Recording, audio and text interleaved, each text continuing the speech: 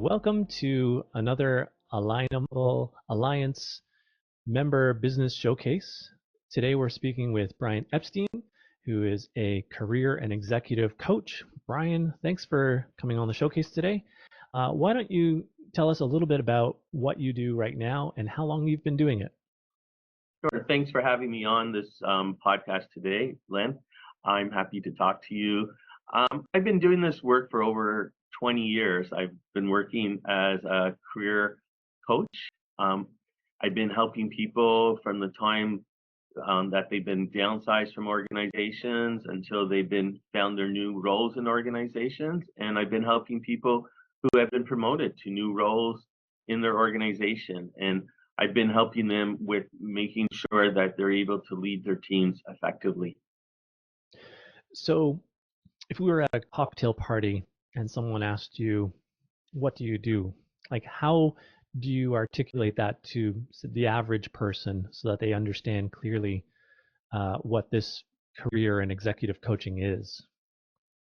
I look at it as that I'm a partner with them into helping them to reach their career goals and to reach their professional goals if they're leading within an organization. They have me as an objective, insightful person who has my intuition and my experience to help them and to work with them, to collaborate with them to reach their full potential in their career and in the organizations that they're leading. Great. Now, I know that you grew up in Nova Scotia and that you've got deep roots there, and now you're here in Ontario. But can you tell me a little bit about some of the background, the history, and the milestones that you brought with you along the way that have got you to this point in your career? Sure. You're right. I do come from Cape Breton, Nova Scotia, which I'm quite proud of. And the people there are wonderful people. And so one of the things that I learned just by growing up there, it becomes innate, is how to treat people with respect. And because I grew up with people that people treated one another with respect. And I bring that to my coaching with me. And I keep that in my mind all the time. It's not something that I learned. It's something that I just grew up with. It became part of me. As well, I grew up in an entrepreneurial family. My grandfather had a store in Nova Scotia, and he treated everybody really, really well. He was also very good at marketing and getting out there and letting people know what he could do for them. And all the other people in my family that are in business or in professionals, my father was a dentist. He also gave me something to look up to and to try to keep in mind when I'm working with my clients, how to treat people with respect, being loyal to your customers, being committed to get the best results for them. And I take passion. I am passionate about giving everything I can to my clients so that they can reach their goals. And I keep my family in the back of my mind when I'm doing this. That's such a valuable asset to someone who is kind of working with people on such a deep and intimate way, like yourself with the coaching. And I know you've shared some of those stories about your family. Is there something that you could tell us about maybe your grandfather and how he became the success that he was with his store? Sure. One of the things that I often remember, he had an model was called "Meet Me Face to Face," and so even back then, this is almost like 50 to 80 years ago, he knew the importance of developing strong relationships with his clients. I mean, he had good clothing that he sold, but people, I think, for the most part, liked to come in. He was a colorful character. People had fun talking to him. And I think when you do business and making relationships with people, whatever your business is, you want people to be able to be comfortable to buy your service, to buy your products, and they're buying from you. They want to build trust in with you. And he did that as my other family members did, and that's what I try to keep in mind. I want people to know that they can have a trust with me, and I'll do whatever I can to support them. So his motto, "Meet me face to face," kind of brings me to today, that I try to do whatever I can to help people, and I'm meeting them and where they want to be, helping them to get to their goals. Can you tell me a little bit about your own path to becoming an executive coach? What sort of steps have brought you along to this point? Sure. Well, I did work in some organizations when I first finished university. I did some sales, and I worked for an authorized IBM dealer, so I sold IBM equipment. So from that point, even doing sales many, many years ago in the late 80s, I was able to learn of the importance of developing strong rapport and relationships with people and trusting relationships. So yes, I did the sales. I did get into education, and I've been leading groups and teaching to people at the colleges. And I've done a lot of work with helping internationally educated professionals come to Canada. I've been helping them, support them to reach their goals, meeting them one-on-one and supporting them. I've also worked for some career consulting organizations, helping. I was hired as a subcontractor to support their clients, to making sure executives, leaders, management, employees, whoever was laid off, helping them to transition from their last work to their new work. So this is the work that I've done for over 20 years. It's what I enjoy doing, and that's what brings me to what I'm doing right now, helping people in their present organizations, or if they're being promoted or if they're being downsized. The key thing is I'm coaching people to cope with their change that they're experiencing. I should add also, I have taken coach training from the institution's called Coaches Training Institution. It's out of California. I took training from them, from that organization, and I did get my accreditations from the International Association of Coaches. So, so your past experience working and doing these different types of jobs and different roles informed you and gave you the experience and the empathy that you can then turn around and help other people that are in it now. And the training and certification really put all of that into a model. Yeah, Is that it fair did to put say? it in a model, and by the way, it's International Coaches Federation. Is the organization that I did get the accreditation from, and it did put it in a model, the training that I had. Empathy, I think it comes from who I am as a person. I've been always an empathetic type of person, and watching my father, I saw him as an empathetic dentist. He was the type of person that if he put a needle in you, he was continuously asking if are you okay? Are you okay?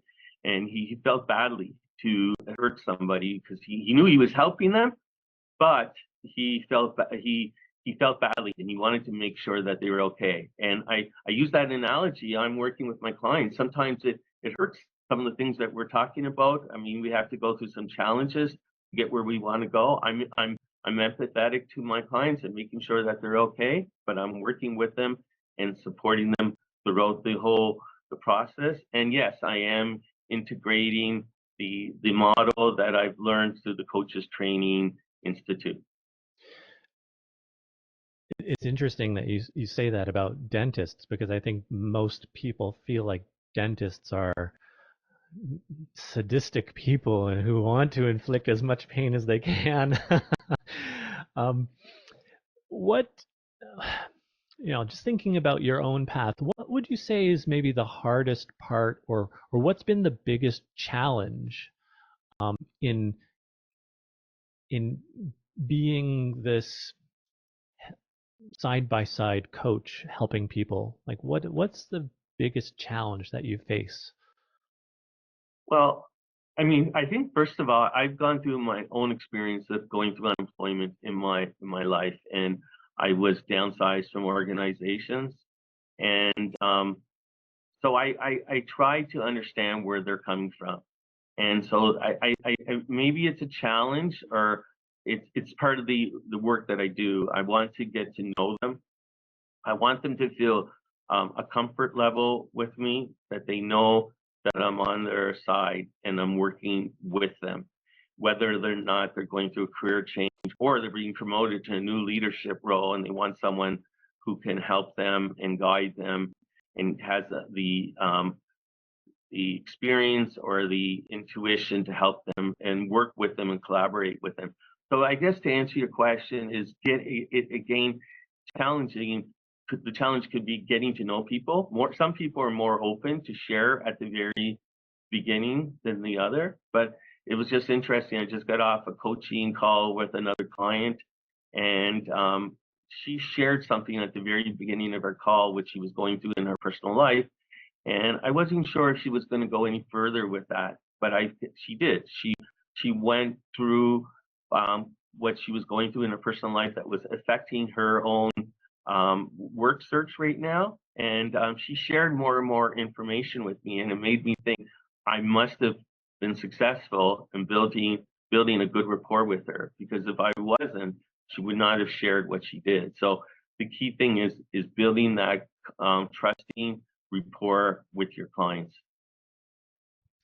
I want to ask you about some of the success stories about your clients, but maybe first, are there a certain type of client that you prefer to work with or you really like to work with?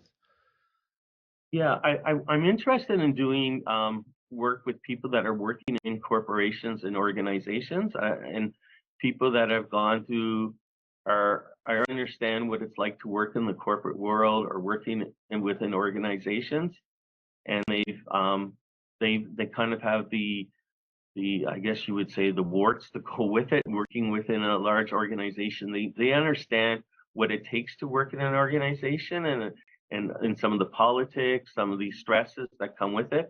And I want to be able to help them to so that they can have a pleasant environment and pleasant situation. So I'm interested in working with leaders, executives, professionals within organizations that would like my support. Excellent. Now, you were just talking about one of your clients who was sharing more some of the personal issues. What does a success look like? Like when someone works with you, what's a success story that you can share about maybe a past client that you've worked with? Um, I've had many clients who have come to me after working with them, and they said, Brian, through your coaching and through us working together, I was able to get a new role. I felt confident going to my interview. I felt confident speaking to different people, and that's one success. I had another person who is an executive at a very well-known organization, and he felt, even though he had a leadership role before, he said his confidence level was down, and he also had challenges how to handle different situations and how to communicate with the people that he was working with. And he said he was able to get a new role, and he also he gave some credit to the work that we did together, that the questions that I was able to ask and the support that I was able to give him, and the insights that we shared and discussed, and helping him to get to his new role. So it sounds like the coaching is more than just helping someone transition with a job or career, but actually really helping them on a personal level. Is that fair to say? It is both. It can be both, depending on. I mean, when you look at coaching, there's so many, or looking at our lives. Our lives are made up of so many different parts: our personal, our financial, our family, our friends, or whatever, our work or education. We have many different components. So I'm working with the person, helping them to be a person that they can trust.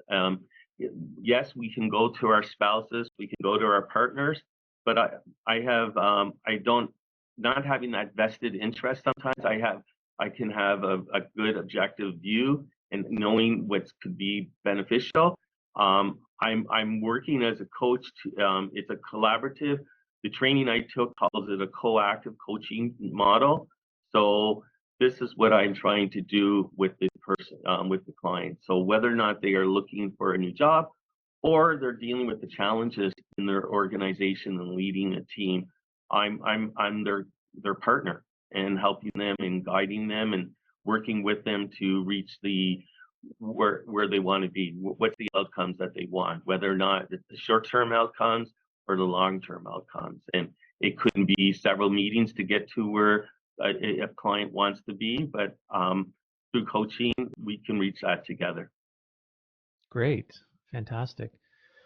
We're going to wrap things up in a minute. I've got two more questions. The last question is going to be how people can connect with you. But before that, if you could leave people with one main idea or one big sort of picture message from what you do and your type of work, what do you think that would be? It may sound like a little bit of a cliche, and because it's not going to be anything new that people haven't heard before, but people will go through difficulties and hardship, and with the support with myself or an experienced coach, we can get past those hurdles that you or somebody else may be going through, and then we can work to get towards the results that you want. So hurdles can be overcome with resilience and determination and persistence. Yeah, yeah. Hurdles are just temporary, right? You just They are. They can be challenging and they can create some stress, but I think that's where a coach can be helpful to help somebody to get through those difficult times. It's good to have an objective person an experienced person that can help the person get where he or she wants to get. excellent. Well, Brian, how can people get in touch with you and connect with you and share you with their friends and network as well? Sure. I think probably the easiest thing to do is you can find my phone number and email, and you can also book an appointment on from my website if they go to the contact section. And my website is epsteinsuccesscoach.ca. So if they go there, Epstein and Success Coach, all one word, .ca, and they'll go to the contact section, and I'd be more than happy to set up a complimentary half an hour, 45 introductory meeting. It's a great opportunity for me to learn a little bit more about the person who's contacting me, and he or she can learn more about me and how we could potentially work together. Great, great. Thank you. We'll make sure that we include those links in the comments below this video. Brian, this was really insightful. Thank you for being willing to take this interview, and really appreciate it. Thank you, Len, and I appreciate this time. Thank you for the opportunity.